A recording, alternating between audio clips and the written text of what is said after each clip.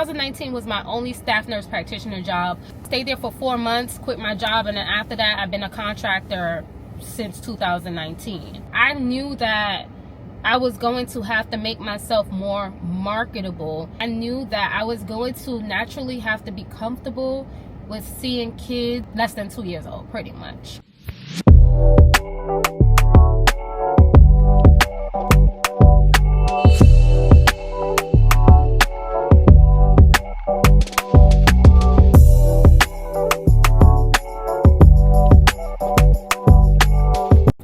Good afternoon, guys. Welcome to my channel. It's been a while. You guys, life has been lifing, literally. But today I'm gonna take you guys with me through a skills day at my current contract. So if you are new here, welcome. My name is Ebony. I am a traveling nurse practitioner, and on this channel we talk about all things lifestyle, faith, nursing, and of course travel, because that's where most of the people know me from traveling. So I am on a pediatric contract where, you know, I've been on this contract for a year. I just started vlogging a year later, but I've been on this contract for about a year already, and I was interested in doing a skills day, and I'll tell you a little bit more about why. Right now I'm trying to look for the location I need to go to. We have a skills training from 12 to 4, and then I work at the Peds clinic from 5 to 11. So I'm going to tell you guys more about this journey from being predominantly an adult urgent care nurse practitioner to doing Peds, which is super exciting. I never thought I'd see myself in Peds, but here I am, right in Peds, y'all. Let's see. Oh, it's not gonna take me long to get there. I think I could stop by and get some Starbucks, which is good. I'm gonna stop by. I'm gonna get some Starbucks, and we're gonna chit chat a little bit before this skills day. We're gonna chit chat. And shout out to my mentee. She has her own scrub line, so I got these scrubs from her just to support, and it's a one-piece scrub. You can't see it because I'm sitting down right now. I've never owned a pair of a romper scrub, I guess that's what you would call it. I've never owned a pair of it, so I got my first one, and of course I got it through my mentee. Her brand is Key Medical Apparel, Nikisha, so make sure you go check out her brand. I'll tag it below. And I'm gonna always support people that support me. She's been in my mentorship program. She's supported me from when I first started my business, and she's still one of my mentees to this day, and she launched her medical apparel line, so I definitely had to go ahead. Why does my car sound like this? I definitely had to go ahead and support her, honey. That's my girl. Alright. Okay, you guys. So it says I'll be there about 11:34. Class start at 12 o'clock. So we're going to go to Starbucks real quick first. But I want to get into this pediatric contract that I currently work. I've been on this contract for about a year now. How I got the contract, y'all. I'm a predominantly urgent care provider, but if you work in urgent care or you ever been to urgent care or standard urgent care, you'll see mainly adults, right? And if you see kids, some urgent cares, like a regular standard urgent care, will be ages 2 and older if you do see kids, while other urgent cares, they will be like, hey, are you open to seeing kids? Now, in a regular urgent care, there are some nurse practitioners, PAs, and MDs that don't see kids, okay, in a regular urgent care, and you will still get hired, you know. I mean, they ideally want you to see kids, but I mean, once you're in the door, you kind of could be like yes or no to what you want, low key. But so for me, when I first started my journey in 2019, I was seeing ages 2 and up in a regular urgent care. That was their policy. If the child is just less than 2 years old, you cannot see those kids, okay? They had to go see their pediatrician. But as I grew, that was my only staff position, my only time I ever worked as a nurse practitioner in urgent care. In 2019 was my only staff nurse practitioner job where I seen kids ages 2 and older, my only staff nurse practitioner job in general. Stayed there for 4 months, quit my job, and then after that I've been a contractor since 2019. And this is what I do. So when it came to me becoming a contractor, I knew that I was going to have to make myself more marketable, in a sense that I knew that I was going to naturally have to be comfortable with seeing kids ages less than 2 years old, pretty much. So when I was going for contracts, I told them I was, in my regular job, my first staff job, I was only seeing ages 2 and older, but I'm open to seeing younger kids. And that gave me an advantage, because I'm not saying no, I'm saying I'm open to learning, so if I had any questions or something like that, I wanted to make sure that I had the support from the supervisor physician or whoever it is in that office that I would have to go to, just to lay eyes on the patient or tell me what, just guide me through my thought process if they were less than 2 years old. That landed me jobs every single time. So I didn't necessarily restrict myself from contracting opportunities. I just told them I was open to it. Telling the hiring manager that you're open to this, it shows that you are willing to grow, and on your end, you could now become more confident in the role that you're in. So long story short, I started going from seeing ages 2 and older to like 6 months and older. And then last year, around October, one of my recruiters reached out to me, and she was like, hey, there's a pediatric opportunity in New York that is looking for a locum. And she's like, do you want to go for it?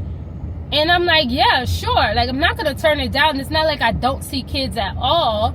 So I'm down to go for it. And plus, like, this is going to help me advance my skills as a nurse practitioner. So why not? Like, let's shoot our shot. Let's see how things are, and let's go for it. Oh my God, this Starbucks looks like it's going to have me there all day. Maybe.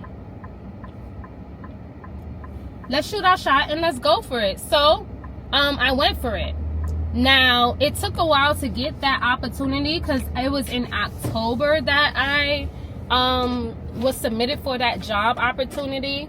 And then in February of last year, I actually started working at that job. And I'm giving you a little bit of background information because I think it's important for nurse practitioners like myself that are interested in contracting opportunities to know that you can still land a contract in specialties you are not so skilled in.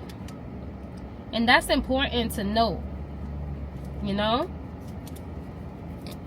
And I was confident. I just wanted support in the event that, like, I come across a patient that I'm like, oh my God, I don't know what to do, right? And I learned my lesson from my first job experience, hence why I quit, was because I was left alone on day 3. And I had to figure out urgent care stuff alone, but it built me to be the person that I am today. And I'm always super grateful for that opportunity because of that reason. Anyways, yeah, so I got submitted to that job. And funny enough, I got submitted to that job and I got the job. My other recruiter was like, Ebony, I don't know how you got the job, because when we submitted one of our providers, now there are multiple agencies. Once there's an opening, let me put it like this. Once there's an opening, there are different agencies that are trying to get their provider on for that same opening. So it's definitely a competition out here.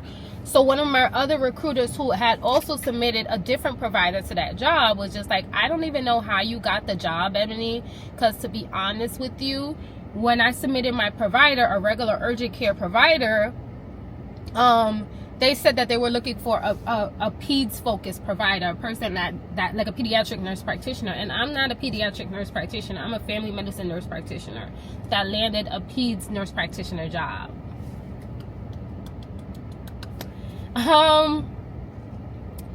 So God is good. God works in mysterious ways. And I say this to say that, you know, like I mentioned, you don't necessarily have to have the experience.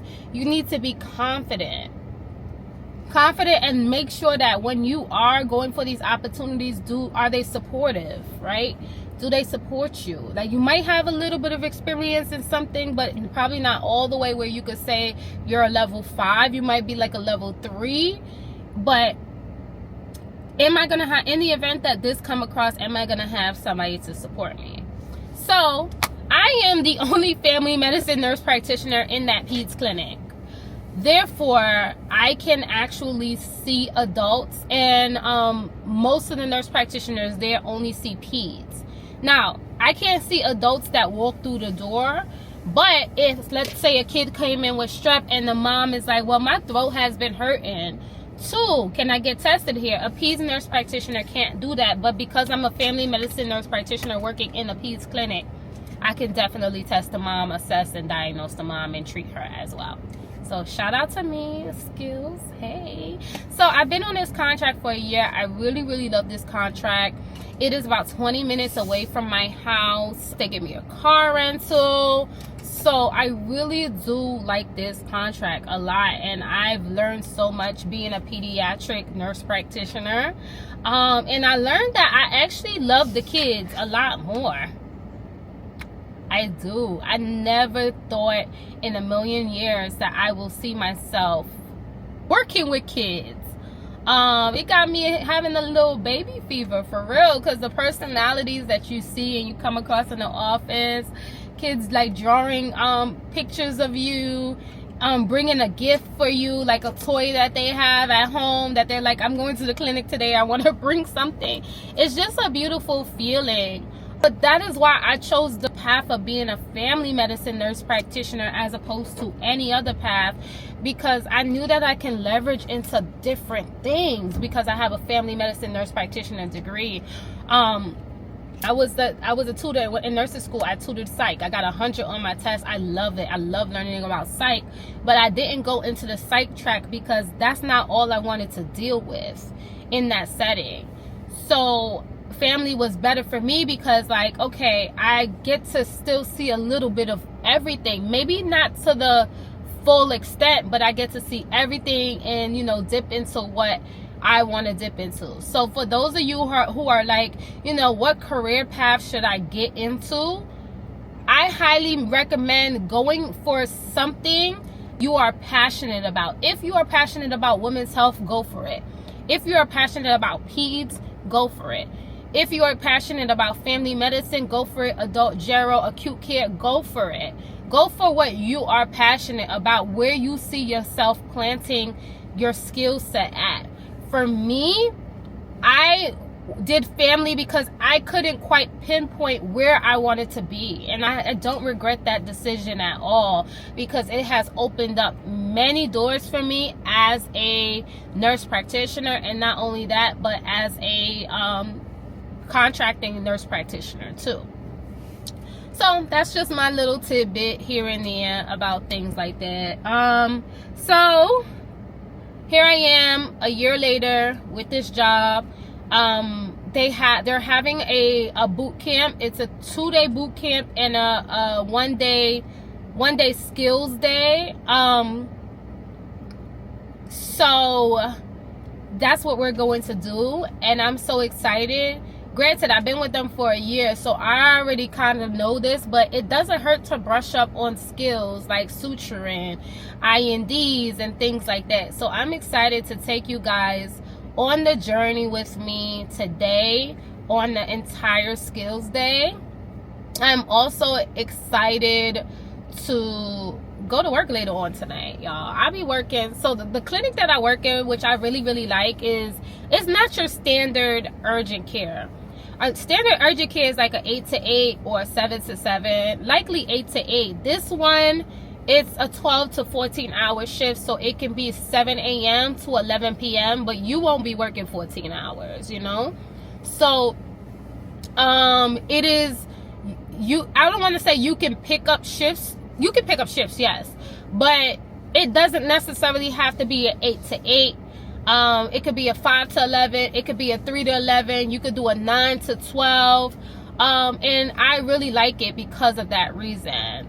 It's just super flexible for me as a entrepreneur to be able to make my schedule every 4 weeks and be able to work around my schedule. I am excited for the skills day. I'll see you when we get there, girl.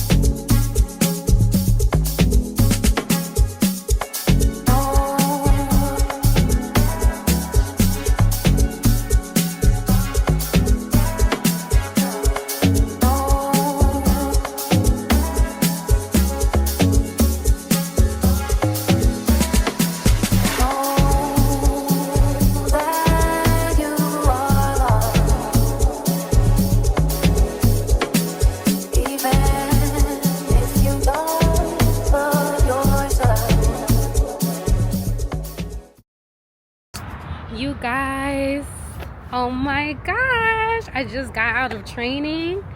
Y'all, I don't even, words can't even explain how I feel right now.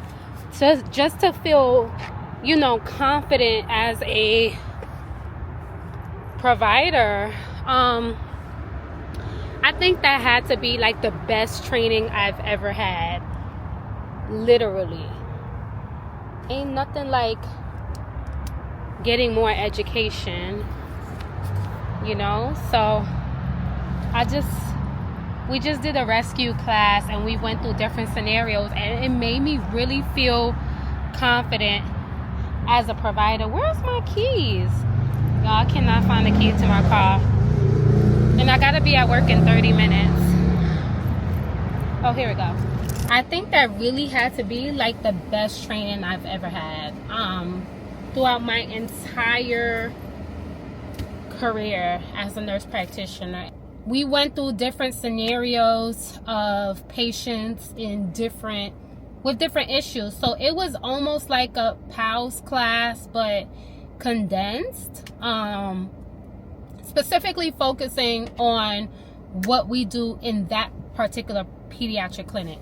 The things that we went over, were cardiogenic shock, septic shock, hypovolemic shock, like what to do in those situations.